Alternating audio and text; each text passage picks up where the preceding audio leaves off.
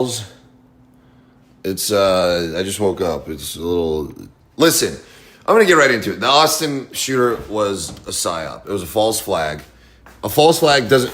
I'm not saying it didn't happen. It definitely fucking happened, but it was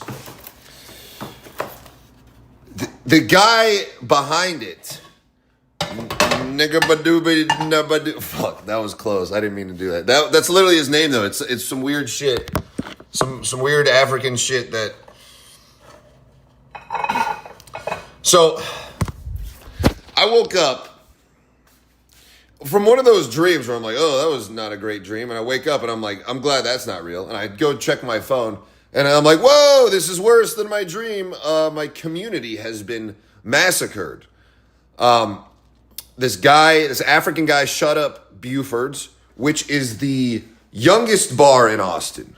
It is a bar that me and none of my friends go to because it is entirely made up of college kids and 21-year-olds that it's too young, but it's packed. So if you want to kill the most young people, that's where you would go. So the killer clearly did his research. And apparently he was seen circling the block for like 15, 20 minutes. And probably looking for parking, to be honest with you. And if you've ever been to Austin on a Saturday night at, what was it, like 11 p.m. or midnight? I forget what time it was at exactly. But you can't find parking there, man. It's impossible to find parking. So the guy couldn't find parking. He just parks his car in the middle of the street, gets out, starts blasting. 911 gets called. There's usually cops on the block right next to Buford's. Almost every weekend night that I've been living here for the last 5 years. And they weren't there that night. Maybe because there's been a bunch of fights popping off on Dirty 6th Street, which is about a mile east. And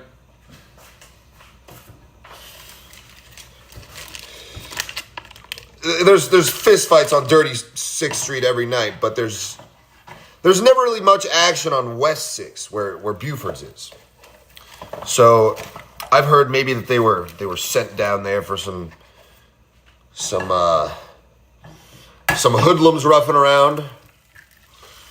And within about I heard 57 seconds, the cops got over there and took the killer out. So, big shout out to APD. I never thought I would say this, but thank God for the police. Seriously. If it wasn't for the police, this guy would have had a double kill count, at least. I've never been a big fan of or seen the benefit of police. I'm aware that they're needed. I've never been supporting defunding them. I've always been a fan of paying the police a fair, livable wage, even a little more than that, because the last thing you want is people with guns that are pissed off about their bills. Minimize the authoritative structure's reasons to get upset. That's my stance. Pay the cops enough to where they don't want to, just beat the shit out of people and kill people for no reason. So shout out to the APD. And I will say this, out of all the places I've been, which is a lot of places, Austin police are the best. They're the chillest. They've let me off with the least amount of speeding tickets.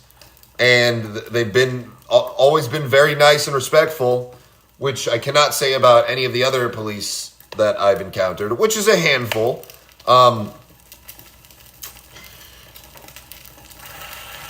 Nothing crazy, but just I lived in California, really. Mainly California is where I've encountered police in Los Angeles, and at first I thought I was experiencing racism. I thought I was on the good side of racism. Like I got pulled over, they're like, another white guy, one of us, you're good. So maybe that's what happened. Maybe the police are awesome because they're racist. I don't know. But their response time was incredible. They took this guy out. Ngabongde, I don't know, dude. I can't. He was a Senegalese naturalized U.S. citizen that gained citizenship in 2013. Lived in Pflugerville, which is a neighboring town to Austin. And he was wearing a sweater that said "Property of Allah" with an Iranian flag shirt under that in the middle of Ramadan. Now, I don't know if you know any Muslims, but Ramadan's not the time to be doing shit, you know? Like, that motherfucker hadn't eaten all day. Like, you can't eat during Ramadan. It's not a good time to do a terrorism. And he was wearing a Property of Allah sweater, like the day we go to war with Iran. A little too convenient.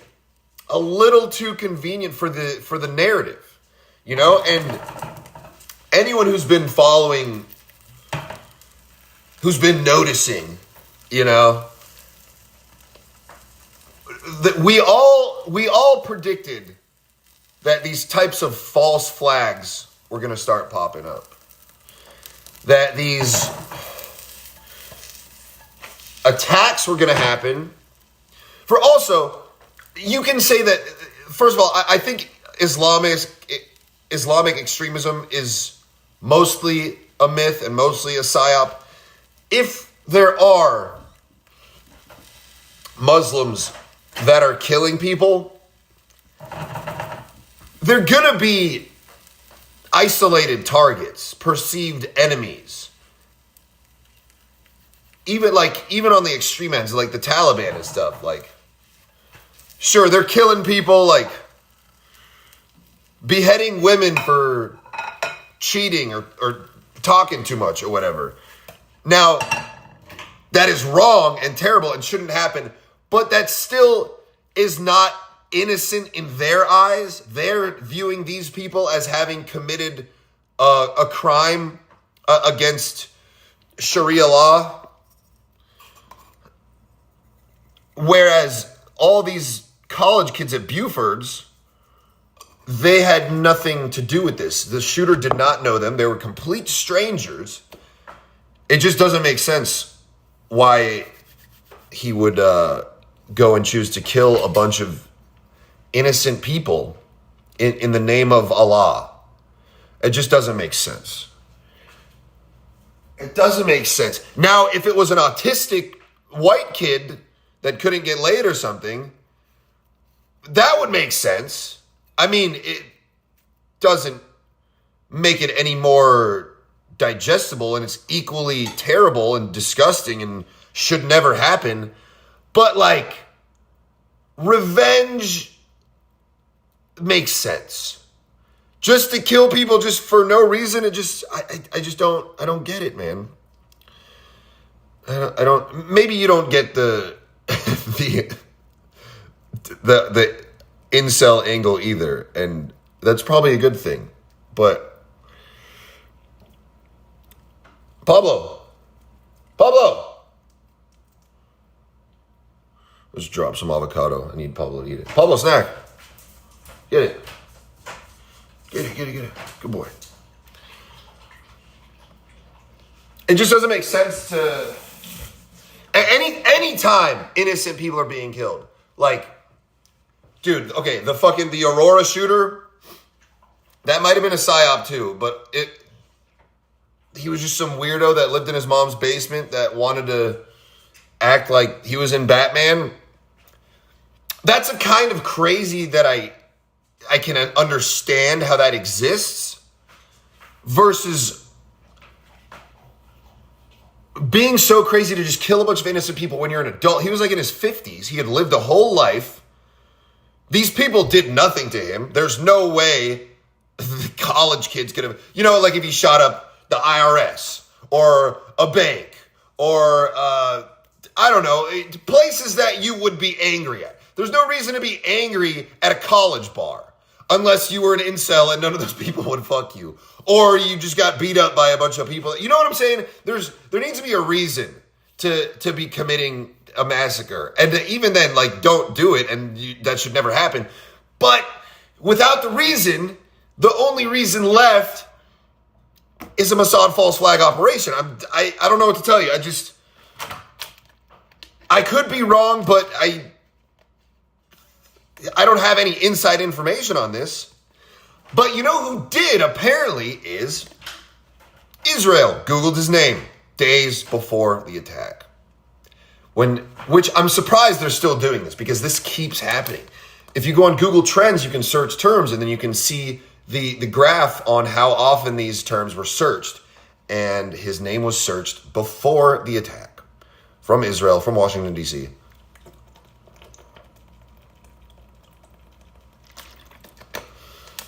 So that kind of solidifies the proof, in my opinion. I mean, how would you know that name? A name that I can't fucking pronounce, and I'm a genius. How else are you supposed to interpret that?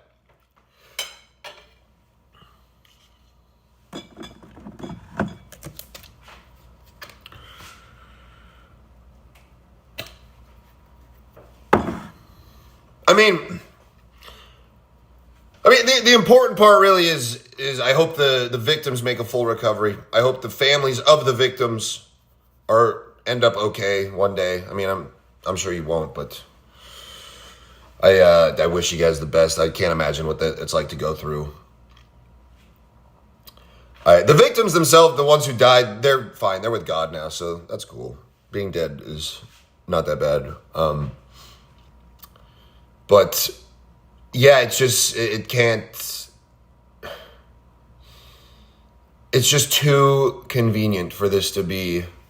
And he had a Quran in his car. Now, this is just so textbook Mossad. It's so textbook false flag. And there's a few people that I've talked to that disagree with me, and those people are all Jewish. So it just, I don't know. This is all just so clear and predictable to me. But it sucks, man. It sucks having this happen so close to home, literally. And there's no solution. This will never end.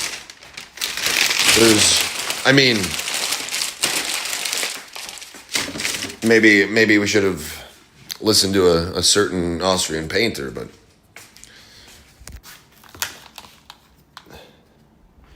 it'll never end until people start asking the questions and noticing the things that we're talking about.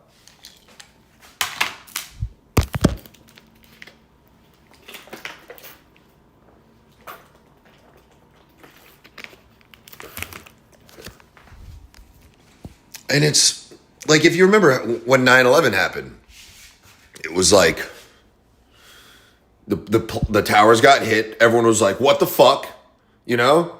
Like, this happened. A bunch of people died, and they didn't release anything about the shooter, and everyone's just like, what the fuck?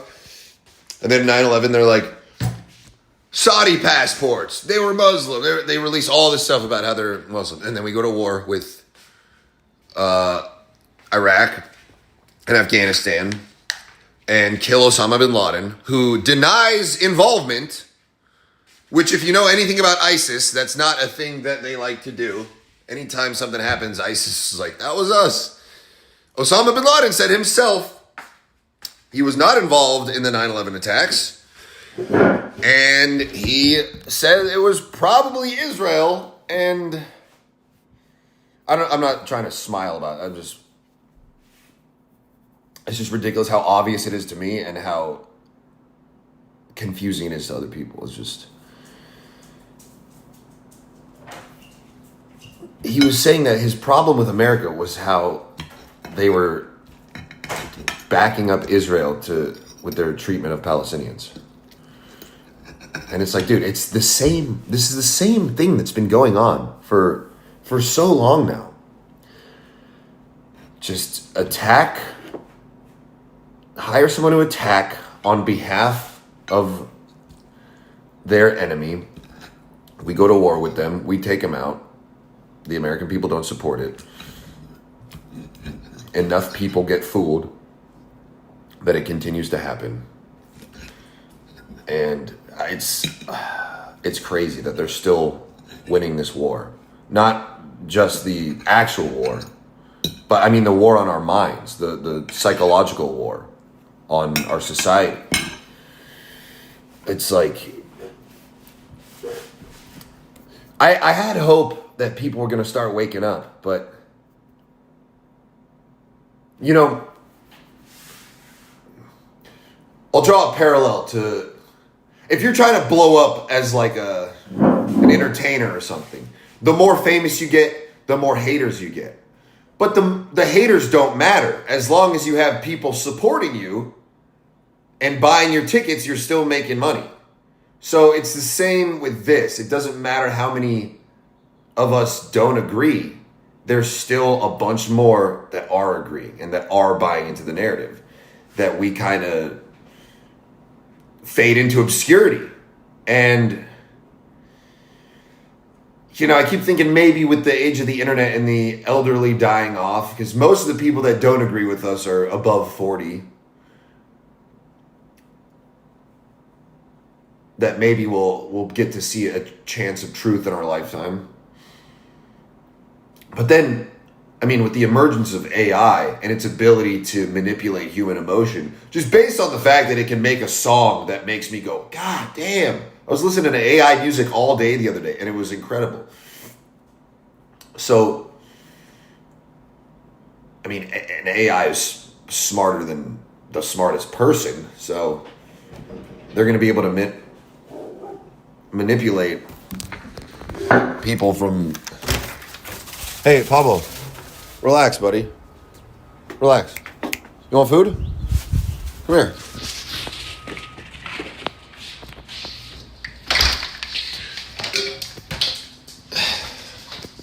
Yeah, so AI is going to be able to manipulate people into, you know, any way you can think, really. Photoshopped, you know, news stories, videos that plug into news stories that you could just build an open claw bot to manipulate people, really. And it's, so I don't know if we're ever going to reach an age of truth upon the masses. I think the same thing's been going on forever, where just everyone's just kind of spinning their wheels on their own, and that same group is in control. The same pharaohs that have been reincarnated since the pyramids, right, Pablo? And I don't know, violence. It seems like violence is never ending. I saw this Instagram page where it was this guy was looking at bacteria under a microscope, and these bacteria are going to fucking war with each other. And it just had me realizing, man, like every facet of existence is just built on violence and suffering, and there is no escape. I used to think, you know, humanity sucked. Humanity is the problem, and I want to be a bird. And then you see these videos of these monkeys and these polar bears being abandoned by their parents. And you got like gazelles getting eaten while they're still alive, and then you're like, wow, no, the whole system's rigged. Not the government, not even humanity, reality, existence. It's all fucked. So, at the end of the day, man, you're going to watch your whole life play before your eyes as when you die. And you got to make sure that's a damn good movie. You got to make sure you're having a fun life, because you could get mowed down in a bar any day.